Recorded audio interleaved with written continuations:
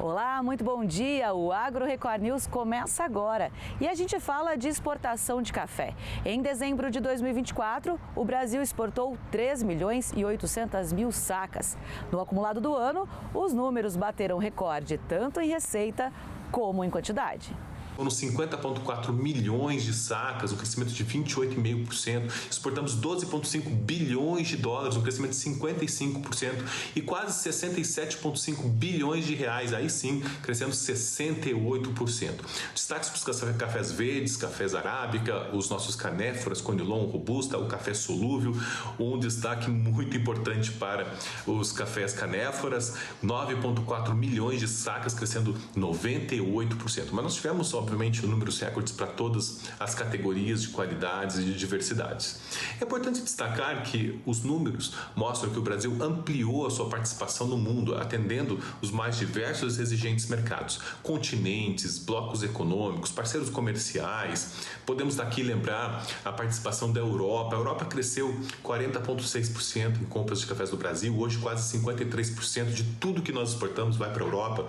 E a Europa também já nos remete à União Europeia, que é um bloco de muitos países da Europa, que aumentou em 46,8% as compras de cafés do Brasil. Foram 23,6 milhões de sacas. E a União Europeia é justamente o bloco que traz novas regras ao fluxo do comércio, muitos riscos para os importadores, diante dessas novas regras, do Pacto Verde, da Lei de Desmatamento e tantas outras, e nós aumentamos as vendas em momentos de incertezas e de preocupações por parte dos nossos importadores.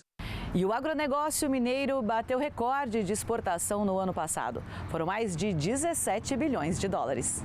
As exportações do agronegócio mineiro alcançaram o valor de 17 bilhões e 100 milhões de dólares em 2024, fechando o ano com o melhor resultado das vendas externas dos produtos agropecuários de toda a série histórica, realizada desde 1997. Segundo a Secretaria de Estado de Agricultura, o desempenho superou a receita da mineração, que alcançou 15 bilhões e 700 milhões de dólares no ano passado. E o setor representou nas exportações de Minas Gerais de 42%.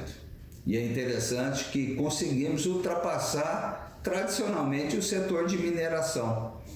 Fomos 2,5% superior ao setor de mineração. Isso é muito bom porque o estado de Minas, não só pela sua tradição do setor minerário, mas também o agronegócio se despontando e colocando produtos para mais de 175 países. No acumulado de janeiro a dezembro, a receita teve acréscimo de 19,2% na comparação com o mesmo período de 2023.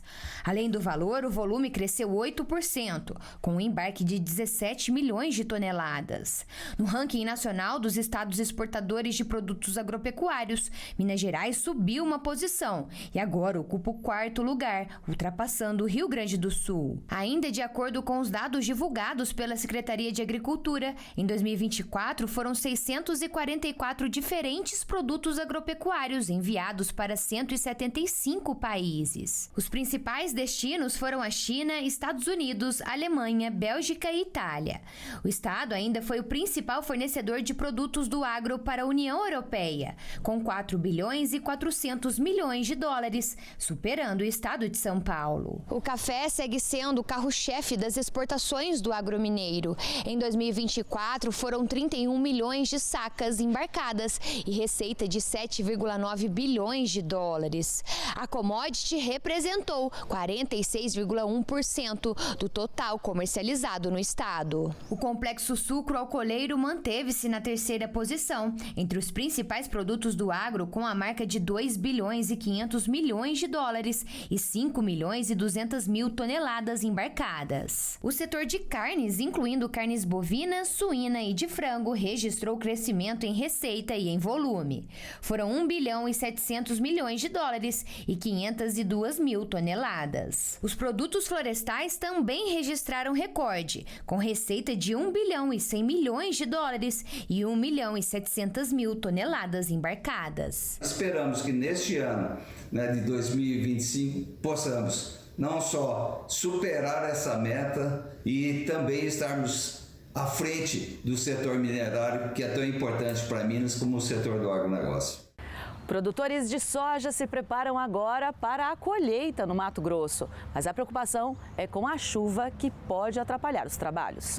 Os produtores mato-grossenses já iniciaram os trabalhos de colheita da safra 24-25 de soja. Segundo dados do IMEA, menos de 1% da área de mais de 12 milhões de hectares destinados à cultura foi colhida até o momento, o que representa um atraso de 5,76 pontos percentuais em relação à safra anterior e de 1,69 ponto percentual comparando a média dos últimos 5 anos. De acordo com o presidente do Sindicato Rural de Sinop, o ritmo lento se dá devido ao atraso na semeadura. Na região médio-norte do estado do Mato Grosso, houve um atraso no plantio da soja em função do atraso da chuva. Mês de setembro nós não tivemos chuvas muito esparsas, e no início de outubro também não. Foi do dia 10 de outubro em diante que iniciaram as chuvas em algumas localidades que permitiram os produtores iniciarem o plantio. Na Fazenda JC, localizada na zona rural de Sinop, os trabalhos estão prestes a começar. Nesse momento, a manutenção das máquinas já foi realizada. Agora, faltam alguns pequenos ajustes para que elas possam entrar de fato nas lavouras. A gente já vinha fazendo essas manutenção das máquinas, antecipando essa manutenção, que é o que todo mundo faz nessa época, E agora a gente estamos nos últimos ajustes, no caso, o pente fino que a gente fala, se ficou alguma coisa para trás, é hora de corrigir agora os últimos ajustes aí, E deixar as máquinas afiadas aí para início da colheita, O gerente explica que nos próximos dias será aplicado dessecante nas plantas para então iniciar a colheita. Segundo ele, o grande volume de chuvas que tem atingido a região no mês de janeiro tem causado preocupação entre os produtores. Olha, esse é um dos problemas mais críticos nossos, Porque vai chegando perto da colheita, que alguns já começaram a colheita, E a gente vê a dificuldade que está aí com essa chuva, Porque pegou desde a semana passada aí com esse clima, muita chuva, Então é uma grande preocupação da gente, assim, de escoar essa safra, E ter esse período de sol para a gente fazer a colheita. A gente tem que ter a chuva por causa do plantio da segunda safra de milho que está vindo aí também, Atrás aí já vem o plantio do milho, Mas a grande preocupação é ter sol agora para colher esse soja, Outra preocupação está relacionada ao escoamento dos grãos, um dos maiores gargalos da agricultura mato-grossense. A nossa estrada aí, para escoamento de safra, é um problema, Porque a gente não tem como nós mexer nessas estradas, Então, teria que partir do governo, Para o presidente do Sindicato Rural de Sinop, com a janela de colheita mais curta, os produtores podem enfrentar problemas para armazenamento da safra. Além disso, ele reforça a importância da união dos agricultores da região. Como tem uma janela de colheita muito curta, se der problemas climáticos aí que acentuem as chuvas, como estão agora no momento que está invernado, com toda certeza nós vamos ter sérios problemas de armazenagem, de colheita, por falta da estrutura de armazenamento. As projeções iniciais apontam para uma colheita de mais de 44 milhões de toneladas de soja em Mato Grosso. Até o mês de dezembro, cerca de 45% da produção prevista para a temporada 24-25 já havia sido comercializada no estado, com um avanço de 4,11 pontos percentuais em relação ao mês anterior. O próximo passo é iniciar os preparativos para o plantio da segunda safra, com a cultura do milho sendo predominante nesse quesito. Em Goiás, a colheita da soja começa só no mês que vem, mas os produtores estão bem animados. No campo, as áreas cultivadas estão bem verdes e as lavouras em pleno desenvolvimento.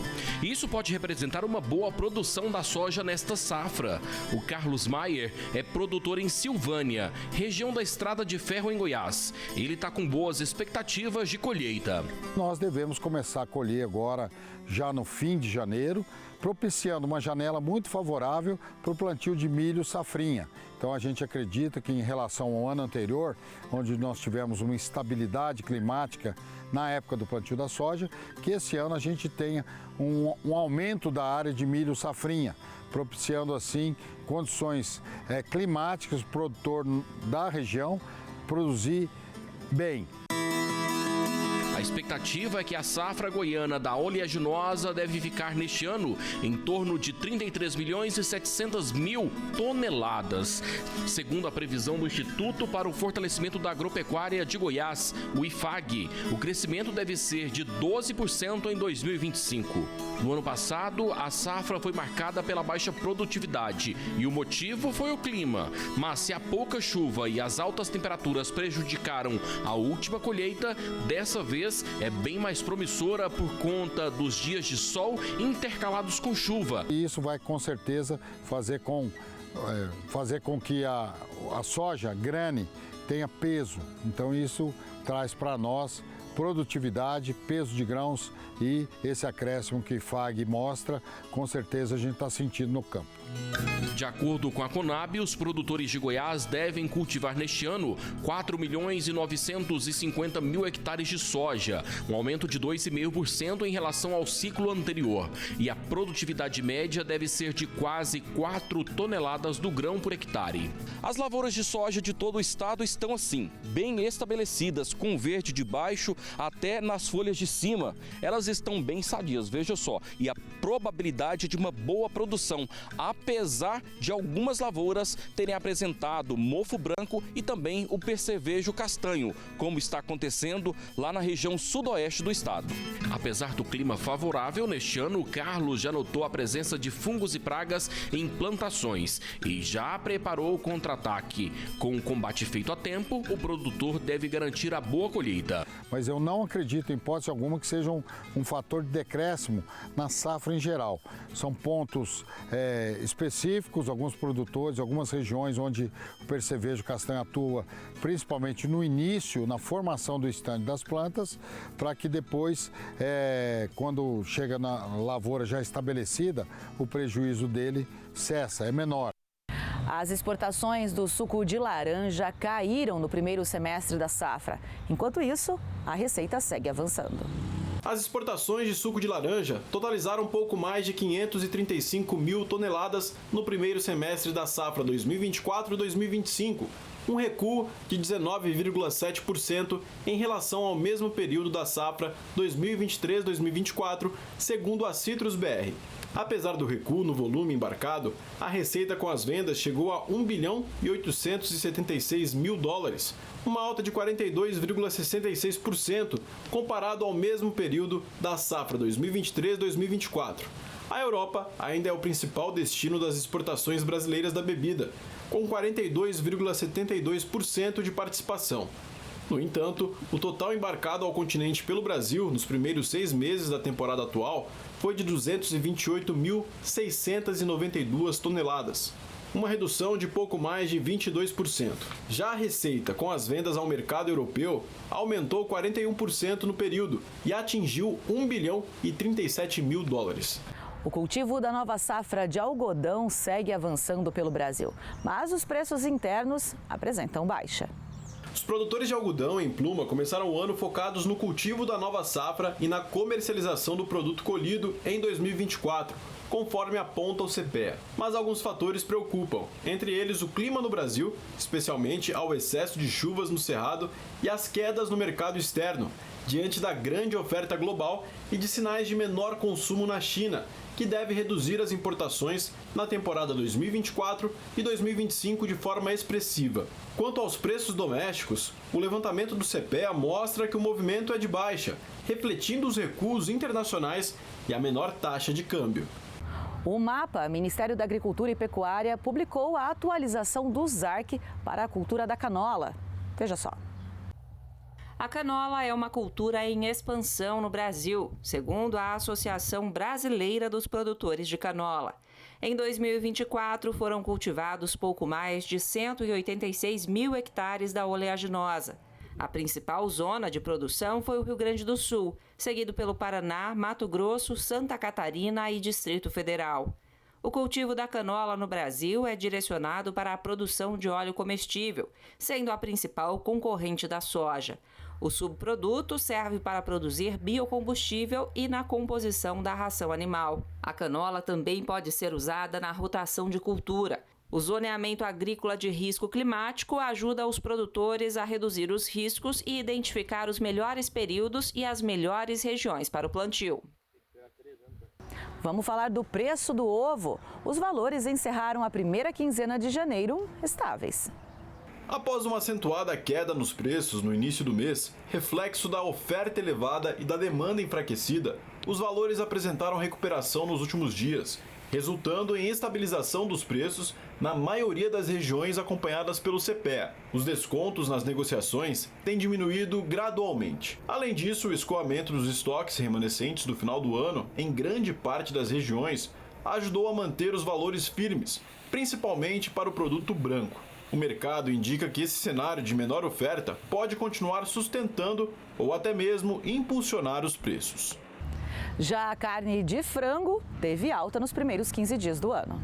Este cenário, registrado pelo CPEA, mostra a carne de frango perdendo competitividade frente às carnes suína e de boi, enquanto os preços médios do frango registram alta no comparativo entre a primeira quinzena de janeiro deste ano e dezembro do ano passado. Os valores da carne suína caem com força e os da carne bovina se mantêm praticamente estáveis. Os pesquisadores relatam que a demanda nos primeiros 15 dias do ano garantiu o avanço da média mensal para a carne de frango. Vamos falar de carne de porco. O produtor de suíno vem perdendo poder de compra em São Paulo. A queda no preço de animais vivos e a alta dos insumos vem reduzindo o poder de compra do suinocultor. O levantamento do CPEA mostra que os principais insumos utilizados na atividade, como milho e farelo de soja, vêm registrando alta, enquanto os preços do suíno vivo apresentam fortes quedas desde o início de 2025. Pesquisadores alertam que a baixa nos animais vivos está atrelada às vendas lentas e à grande oferta de suínos para abate. Você já notou que as carnes estão mais caras, né? Pois é, ao longo de 2024 o aumento foi de cerca de 21%, o maior nos últimos 5 anos. A carne bovina é a proteína escolhida por muita gente, mas quem compra há mais tempo já percebeu, os preços têm aumentado. No ano passado, os valores foram os maiores dos últimos 5 anos. De acordo com o Instituto Brasileiro de Geografia e Estatística, 2023 teve uma queda no preço da carne de cerca de 9%, mas 2024 fechou com um aumento expressivo de cerca de 21% em média, o maior desde 2019. Essa alta fez com que as carnes se tornassem o item com maior peso na inflação de alimentos. Os maiores aumentos em cortes populares foram encontrados no A100, com 25,2%, no patinho, com 24%, e no contrafilé, com aumento de 20% no valor. De acordo com este economista, foram 4 fatores principais que levaram a esses preços mais altos. O primeiro dele é o próprio ciclo pecuário. Então, depois de 2 anos de muito abate, o número de mantendo um recorde de abate na carne bovina, agora é o momento que os produtores estão segurando esse rebanho para o abate justamente para aumentar o seu rebanho, Então, isso acaba diminuindo a oferta de carne disponível para o abate. Outro fator também muito importante é a questão climática. Então, a gente está tendo um período de muita seca, muitas queimadas. Isso reduz a pastagem, principal alimento dessa carne em si. E aí o que leva os produtores a confinarem mais os bois, utilizarem mais da ração e acaba também impactando o aumento do custo da produção dessa carne, Outro fator também é a questão das exportações. Então, o Brasil é um grande exportador de carne bovina. Nos últimos tempos, a gente vê que a demanda por carne bovina dos demais países tem aumentado. E para quem está esperando o preço da carne voltar a baixar para comprar, a notícia não é boa. A expectativa é que para 2025, 2026 e até mesmo 2027 é que esses preços ainda tenham alguns aumentos, Você sabia que melhorar a qualidade de vida das galinhas poedeiras faz bem para as aves e também para o produtor? É que, bem tratadas, elas botam muito mais.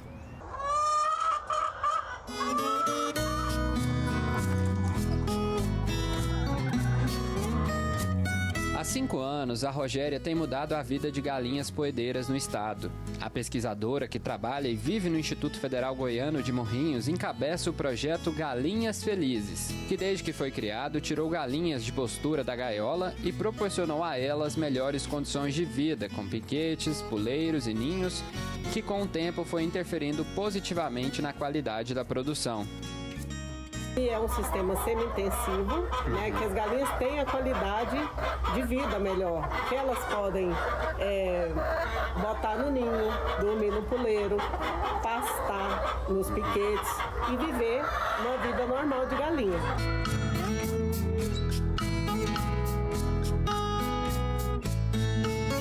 Com o sucesso do projeto, Rogério iniciou um novo estudo com outra linhagem de galinhas, a GLC Avifran, que bota ovos coloridos. A partir desse estudo, a pesquisadora começou a levar o projeto para pequenos produtores e também para a agricultura familiar. O Seu Divino é presidente de uma cooperativa de agricultores familiares na região. Para ele, o projeto tem permitido que agricultores desenvolvam novas alternativas de obter renda. Um dos estudos realizados aqui no Instituto Federal Goiano de Morrinhos, no projeto Galinha Feliz, buscou entender como que a alimentação interfere na coloração e também na densidade do ovo produzido por esses animais. De acordo com a pesquisadora, os animais que comem só abóbora e também repolho possuem um ovo com a coloração mais densa. Além disso, os animais que só comem abóbora possuem um ovo com a casca mais rígida. Eu pesquisando sobre as galinhas e achei a GLC, que é uma galinha tipo caipira. Então, que assemelha muito ao pé duro lá da fazenda normal, né? Das fazendas que criam essas aves soltas. Aí a gente falou, então vamos criar essa GLC para ver se funciona esse sistema Galinha Feliz sem estar na gaiola ou preso somente no galpão. E aí foi onde surgiu essa ideia de colocar essa tipo caipira. E deu super certo, porque a gente sabe o que ela está comendo, ela vive num ambiente controlado, mas visando também o bem-estar. Uma outra alternativa que faz o projeto Galinha Feliz ser implementado em propriedades rurais é a pequena necessidade de mão de obra. O serviço de colher os ovos e separar pode ser feito pela própria família. Nós temos um casal que busca um filho que estava na cidade, para trabalhar na atividade lá na casa da propriedade deles. Eu sugeri para eles para colocar a Galinha Feliz, porque ajuda na renda deles, né? O projeto Galinha Feliz está disponível para visita no Campus Morrinhos. Produtores interessados em fazer uma consultoria podem entrar em contato pelo e-mail rogeria.cardoso@ifgoiano.edu.br. A pesquisadora garante que é possível implementar o projeto Galinha Feliz em qualquer propriedade. Eu sempre falo para eles, usam o que vocês têm na propriedade. Tem uma telha ternite ali jogada, tem uma palha, tem um galpão mais ou menos, vai e começa, né? De pouquinho, com pouco custo. E assim você vai ampliando.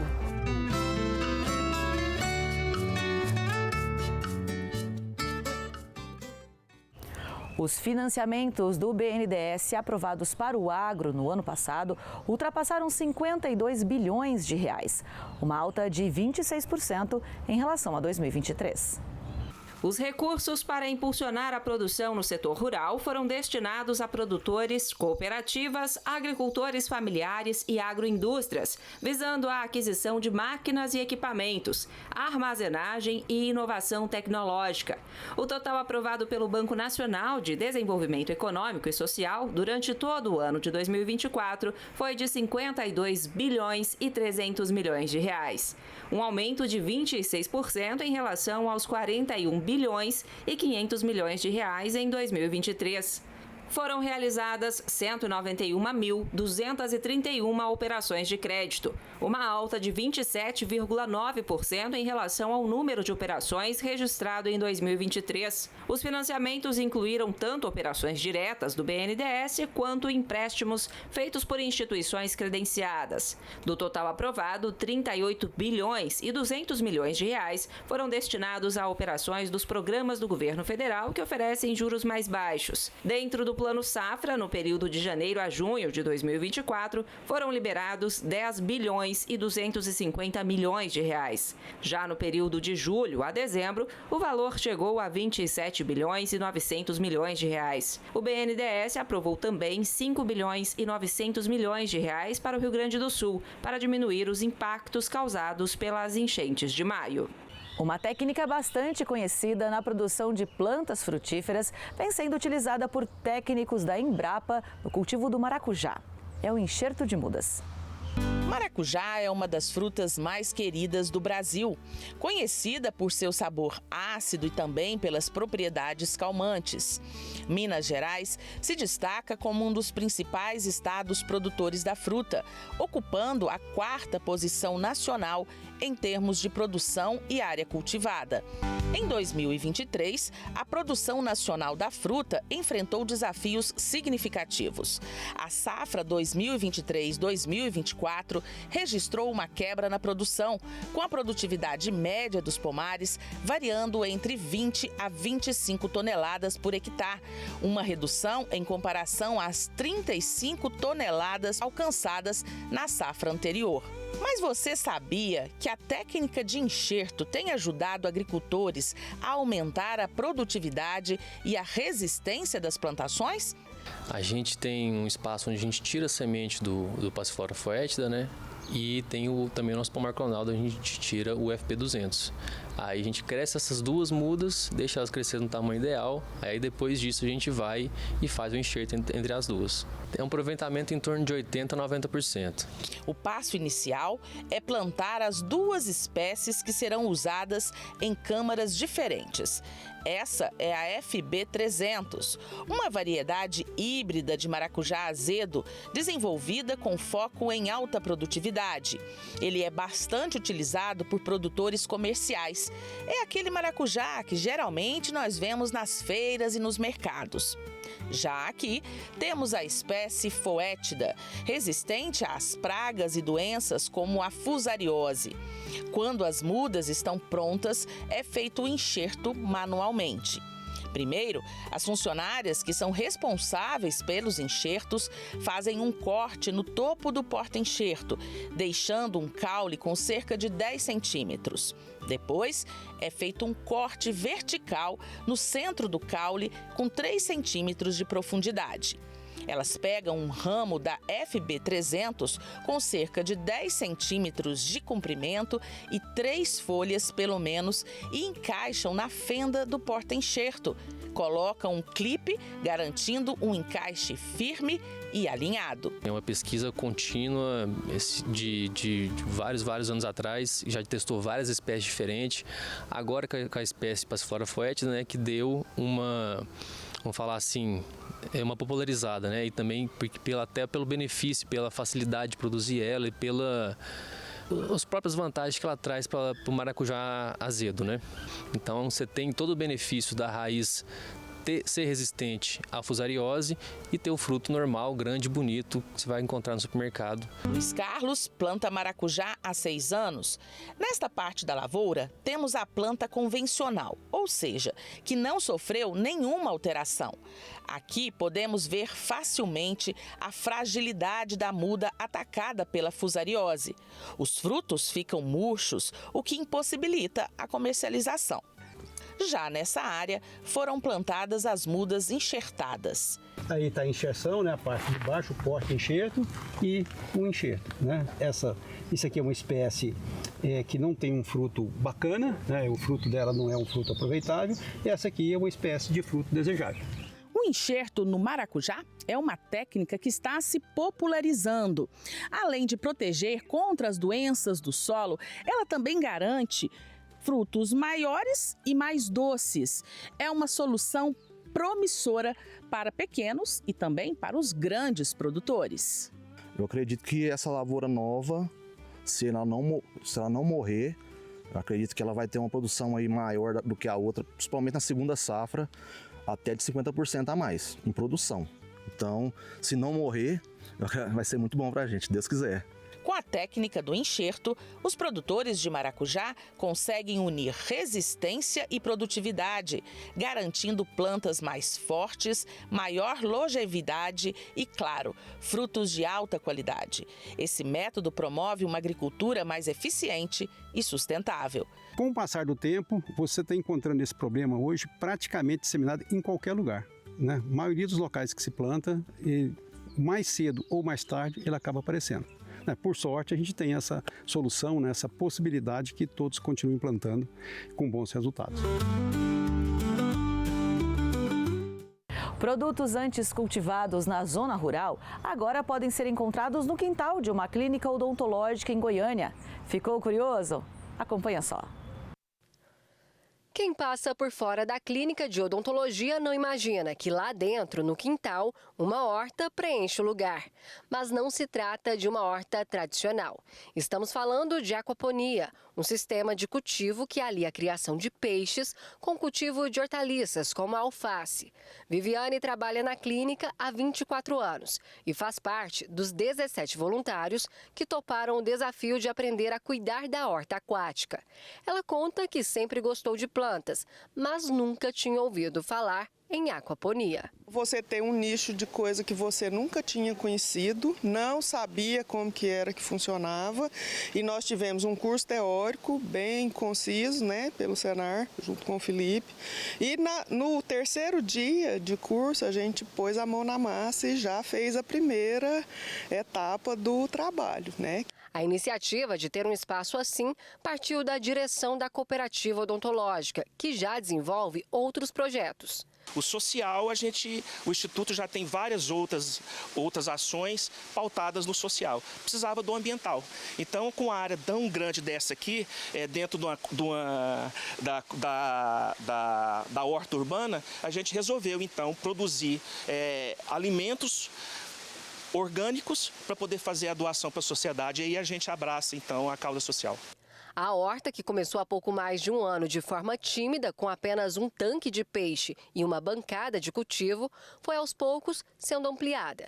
Cada caixa d'água dessa, de 1.000 litros, comporta até 40 quilos de tilápia. O ciclo da água é fechado, ou seja, ela é reutilizada. E todo esse trabalho só foi possível graças aqui também ao Felipe, que é instrutor do Senar e passou as orientações necessárias aos funcionários, aos colaboradores aqui da empresa. Felipe, a gente vê que é um trabalho terapêutico para os funcionários, mas que exige técnica, né? O que é necessário para ter uma horta como essa aqui? Aqui são realizados manejos diários, né? Como alimentação, verificação da qualidade da água, observação das plantas para ver se não tem nenhum tipo de parasita.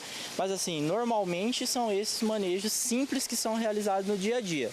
É claro, vai ter um dia que vai fazer uma despesca, que é a remoção dos peixes, vai ter um dia que vai ser feita a colheita, que é a remoção das hortaliças, e nesses dias sim terão um pouquinho mais de trabalho. Felipe explica que a aquaponia exige pouco espaço e pode ser feita em casa para consumo próprio. O custo de implantação não é alto, conhecimento, informações tem disponível, o Senar Goiás está disponível aí de forma gratuita para quem se interessar, procure seu sindicato rural e entre em contato que a gente vai disponibilizar esse treinamento aí de forma gratuita.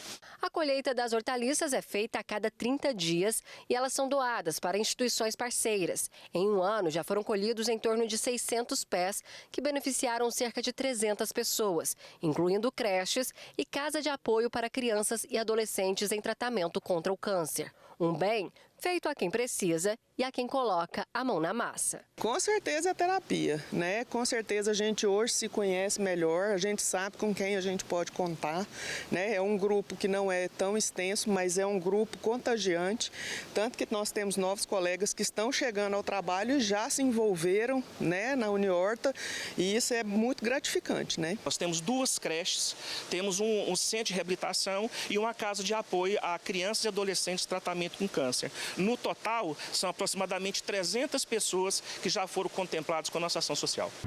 O uso de novas tecnologias e inteligência artificial no campo foi tema de um encontro que reuniu líderes e especialistas do setor em Ribeirão Preto.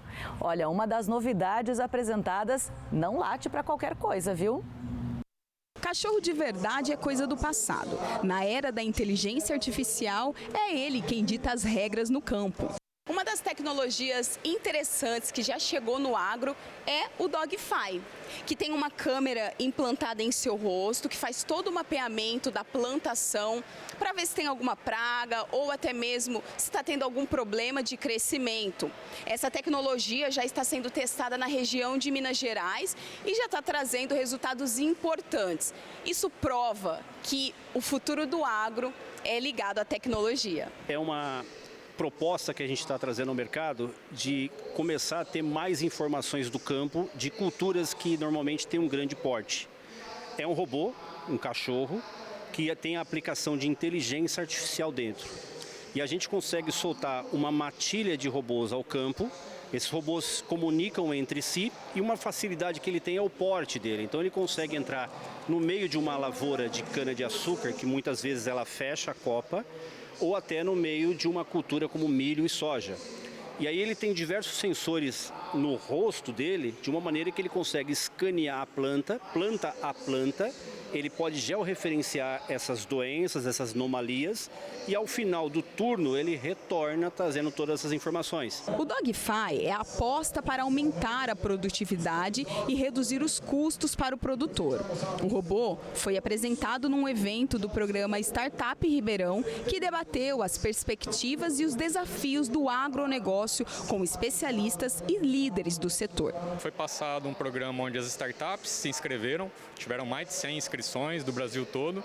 Essas startups passaram por um programa de avaliação e aquelas que foram selecionadas estão ganhando uma hospedagem, então, nesses 5 hubs, além de eventos como esse que a gente está promovendo hoje, que é focado em tecnologia do agro, mas outros eventos também, para focar em desenvolver suas startups e conexão das startups com as empresas da região daqui de Ribeirão Preto. Então, esse é o objetivo do programa. O encontro também destacou o papel da colaboração entre empresas, startups, hubs de inovação, na criação de soluções sustentáveis para o agro, uma oportunidade para as empresas desenvolverem grandes projetos de inovações. A agricultura atual que nós estamos vivenciando provavelmente não será a agricultura que nós vamos vivenciar nos próximos 5, 10 anos. Diante disso, vendo toda a evolução da inteligência artificial, da tecnologia, abre a possibilidade com que as startups possam enxergar oportunidades dentro e fora do campo, fazendo com que o produtor seja cada vez mais eficiente e mais sustentável ao mesmo tempo. Promovendo um diálogo entre tecnologia e campo, o evento deixou claro que o futuro do agronegócio já chegou e ele está diretamente conectado à inovação e à colaboração. Você acha que o futuro do agro está ligado à tecnologia? Inevitavelmente tem que estar ligado à tecnologia, ainda mais sendo uma empresa que provém tecnologia. A gente não vai conseguir produzir a mesma quantidade de alimentos que nós precisamos. Hoje nós produzimos uma quantidade de alimentos que no futuro a gente precisa ser muito mais expandida. Então a gente precisa muito de tecnologia para expandir isso.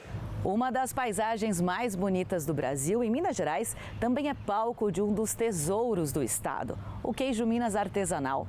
E olha, o produto leva o título de Patrimônio Cultural e Imaterial da Humanidade. Estamos na Serra da Canastra, no coração do sudoeste de Minas Gerais. Aqui as montanhas cercam um dos maiores tesouros do estado. Um queijo conhecido e respeitado no mundo todo, o queijo da Serra da Canastra. Das 14 queijarias certificadas com o selo Arte, que permite a comercialização em todo o país, 11 estão em São Roque de Minas. Uma cidade que, além de abrigar belezas naturais imponentes, carrega também o prestígio de ser berço de alguns dos melhores queijos do Brasil.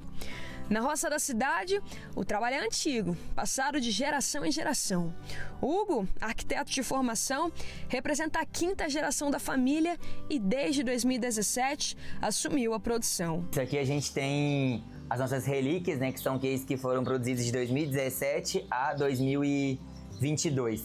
São peças que a gente cuida delas para realmente mostrar para as pessoas o quão longevo é um queijo de leite cru, né, ser feito dentro de padrões de controle, de qualidade, e que realmente é um produto que, diferente do que muitas pessoas pensam, ele não vai estragar, não vai apodrecer, ele é eterno, né? Enquanto ele tiver boas condições de maturação e de sobrevivência, as bactérias vão continuar trabalhando neles e eles vão maturar a infinidade aí. Na roça da cidade, são 2 ordenhas diárias. Cada vaca produz, em média, de 10 a 12 litros de leite por dia. O ritmo garante uma produção diária de cerca de 50 quilos de queijo, resultando em aproximadamente 1,5 toneladas por mês. Da ordenha, o leite já vai para a linha de produção. O leite, ele vem diretamente, ou seja, a vaca vai sendo ordenhada ali dentro tem tipo um recipiente lá na ordenha de 30 litros, então ordenhou 30 litros, a bomba aciona o sensor, bombeia, o leite cai aqui dentro. Então a gente coa esse leite, a gente vai medir a temperatura do leite, a acidez do leite e o volume de leite que está dentro do tambor. Depois a gente vai fazer o processo de coagulação. O que é isso? Adicionar o coalho e o pingo. O leite, ele tem um rendimento padrão, mais ou menos, de 13% somente. É muito baixo. Ou seja, a cada 100 litros de leite, a gente tira 13 quilos de massa. 87% é soro. Um dos segredos da produção está na utilização do leite cru, que é um leite recém-ordenhado, apenas de vacas que não passaram por nenhum tratamento. Isso garante que todos os micro-organismos daquele leite estejam presentes nele e, dessa forma, preserva a microbiota com as características do queijo. Eu acho que as principais características, né, do nosso queijo é ser feito de leite cru, né, e utilizar apenas outros 3 ingredientes, né, que é o coalho, o pingo, que é um fermento lácteo natural que a gente produz na própria fazenda, e o sal. Né, isso dá características únicas, né, e preserva a microbiota que a gente tem natural, né, aqui na região da canastra. A regulamentação dos queijos no Brasil é considerada uma das mais rigorosas do mundo. Isso ocorre devido às exigências relacionadas à higiene, sanidade animal, controle microbiológico e rastreabilidade em toda a cadeia de produção. Minas Gerais conta com cerca de 9 mil produtores de queijo Minas artesanal, gerando aproximadamente 50 mil empregos diretos e indiretos. A produção anual do queijo atinge cerca de 40 mil toneladas, movimentando uma renda que ultrapassa 2 bilhões de reais por ano. Com a conquista do título reconhecido pela Unesco, o mundo começou a enxergar a alma de Minas. Esse reconhecimento como patrimônio cultural e material da humanidade do queijo, eu acho que é uma chancela a uma história que tem sido construída há mais de 200 anos, né, por várias mãos. E pra gente é motivo de muito orgulho ter esse produto nosso reconhecido a nível mundial, e a gente espera que com isso a gente consiga crescer cada vez mais e que consigam atingir mercados cada vez mais potenciais com os seus produtos, para que isso gere reconhecimento, né, pelos consumidores e automaticamente que isso estimule a permanência dos produtores no campo e das futuras gerações.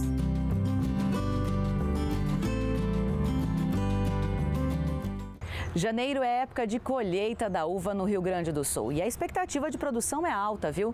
O que deve ajudar a recuperar um pouco a economia do estado. Nos vinhedos, muitos cachos estão maduros, prontos para a colheita. Nesta vinícola familiar em Bento Gonçalves, na Serra Gaúcha, o processo de produção do vinho vai desde a plantação da uva até a elaboração e comercialização das bebidas. Neste momento está sendo feita a colheita da uva. E aqui a gente vê uma bem conhecida, do tipo Merlot. Daqui a uva sai direto para a produção de vinho rosé. Mas quando amadurecer um pouco mais, vai servir para a produção do principal vinho da casa, o tinto, que é exportado inclusive para a França.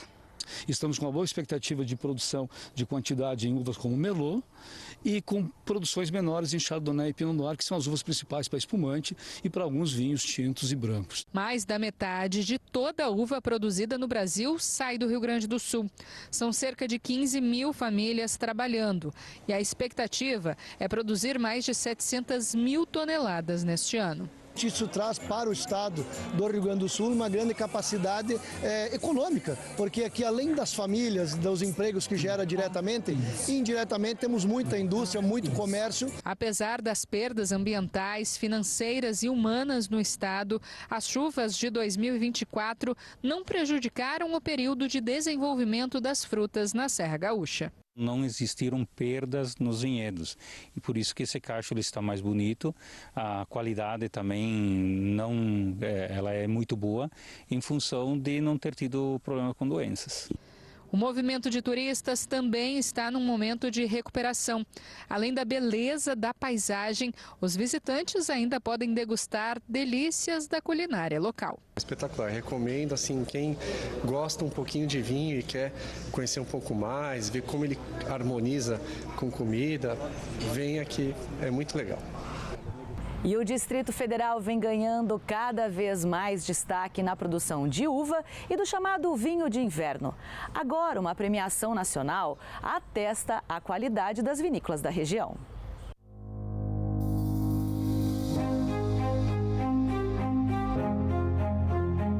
Mais de 8 hectares plantados, 11 variedades de uvas para a produção de vinhos. O local fica a cerca de 1 hora do centro de Brasília e tem surpreendido pela qualidade na produção da fruta e da bebida. Altitude, clima seco com dias quentes e noites frias favorecem o cultivo. Aqui no DF é utilizada uma técnica conhecida como dupla poda, que permite a colheita no inverno.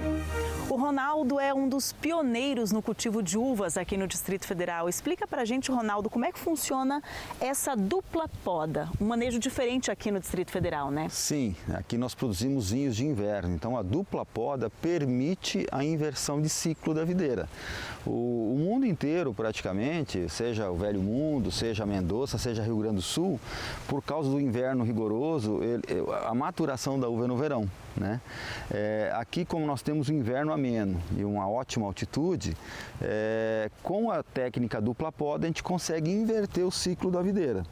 Então, ao invés de produzir no verão, a videira ela vai produzir no inverno, que a gente tem um conjunto de condições, né, um conjunto de condições climáticas que fazem com que Brasília e outras regiões também tenham um dos melhores climas aí do mundo para se elaborar vinho fino. E essa qualidade, ela é refletida no produto final, no vinho, né? Como o vinho Seu Claudino, que é o vinho do Ronaldo, que foi premiado nacionalmente pelo Prêmio CNA Brasil Artesanal de 2023 e colocou esse vinho, a produção brasiliense, no circuito nacional. Com certeza, para nós foi uma grande honra, né? Um grande incentivo para a gente continuar produzindo, porque ser um produtor de vinhos, de uvas e vinhos não é fácil, tem que ser muito resiliente, mas foi uma premiação assim que realmente mostrou de fato que essa região tem muito potencial ainda, tem muito que mostrar ainda para o Brasil e para o mundo.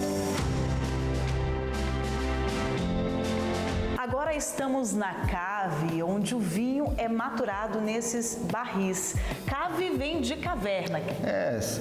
As caves geralmente são feitas nas vinícolas em subsolos, né? Principalmente por causa de ter temperaturas mais baixas, para que o vinho não oxide nesse período de maturação, geralmente em barricas de carvalho, né? Seja francesa, seja americana. Aqui tem quantos graus? Aqui nós mantemos em torno de 16 graus.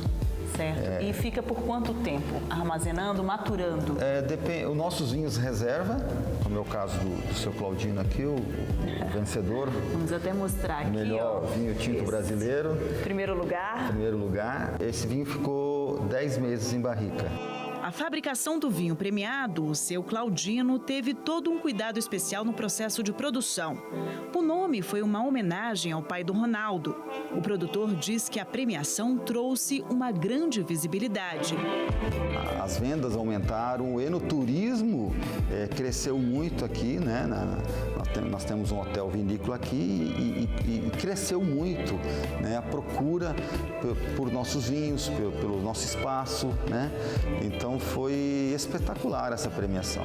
Uva no Cerrado, vinho no Cerrado de Brasília, é uma coisa nova. Então isso parece que choca um pouquinho. E me sinto muito orgulhosa como candanga, né, de poder usufruir, né, dessa produção de uvas, né, de vinhos aqui do nosso Cerrado.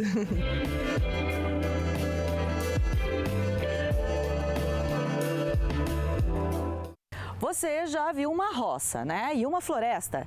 E os dois juntos? Esse sistema é chamado de agroflorestal e nele é possível cultivar alimentos livres de agrotóxicos. Planta que ajuda a planta. Uma criando a outra em um ecossistema de cooperação, onde alimento e mata fechada florescem juntos. Depois de uma breve conversa e uma xícara de café, lá fomos nós caminhar pelo sítio de mais de 150 mil metros quadrados. Um dia, isso tudo foi pasto. Com a chegada do casal Anderson e Angélica, a terra se transformou. Por um acaso, o Anderson foi acompanhar um amigo, um grande amigo nosso, até Brasília, e de lá ele viu uma propriedade no meio de um deserto, produzindo muita comida com floresta, né? Então ele viu caminhões e caminhões de comida saindo, de qualidade, alimento limpo e abundância.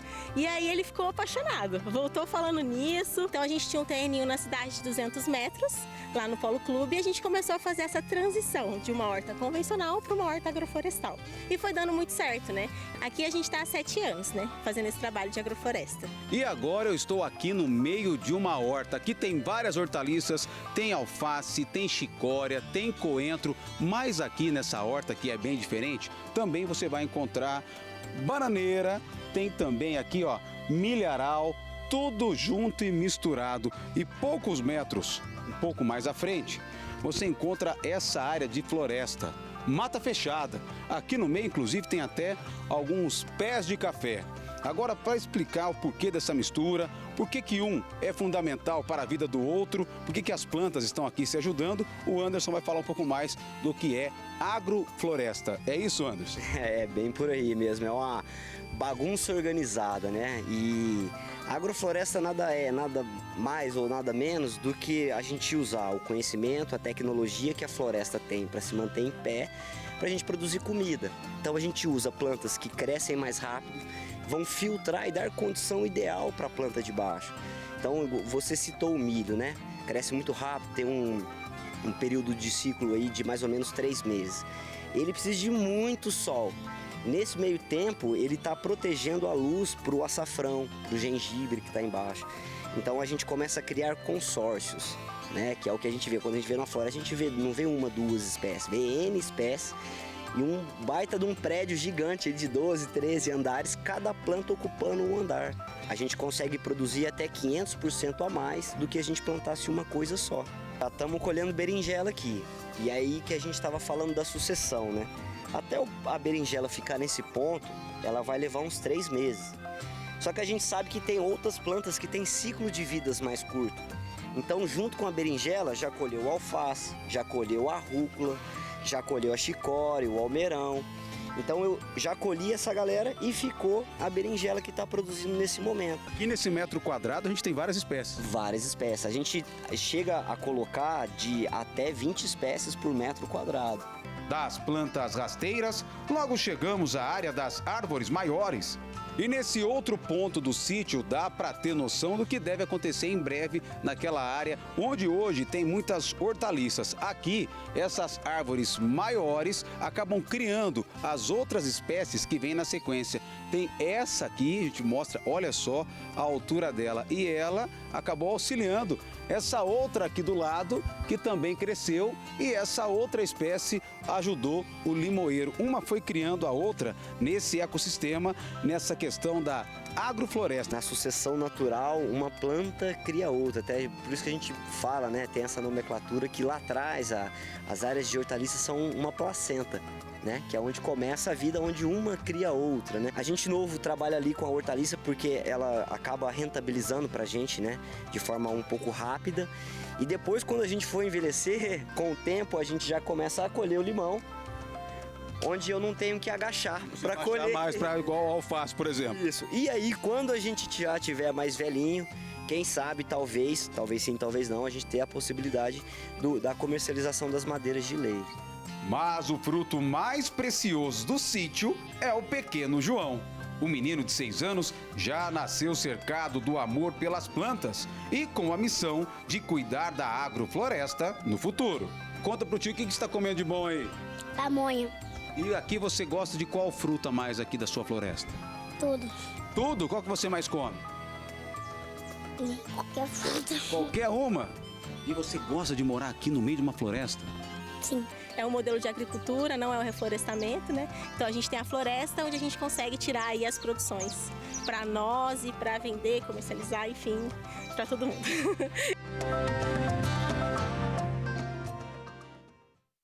Essa edição do Agro Record News fica por aqui. Muitíssimo obrigado pela sua companhia e audiência. Continue com a gente.